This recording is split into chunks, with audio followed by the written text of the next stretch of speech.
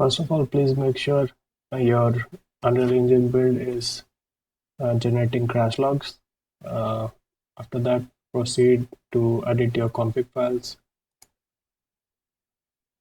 Inside the control panel, go to developer options. Please enable download UE4 log on client side. This will help you download the crash logs on the browser side of the user in case there's a crash occur.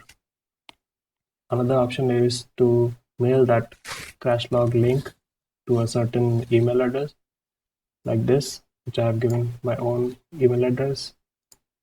Save it.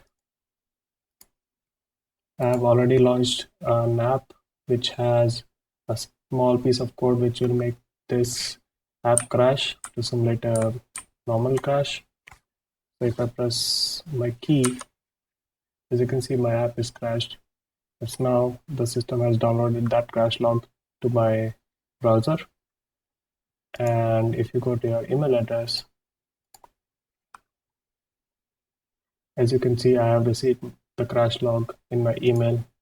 If I click this link, it will download that crash log. In case you didn't receive this email, please go to your spam folder and cross-check. There could be an email of crash log like this. That's all.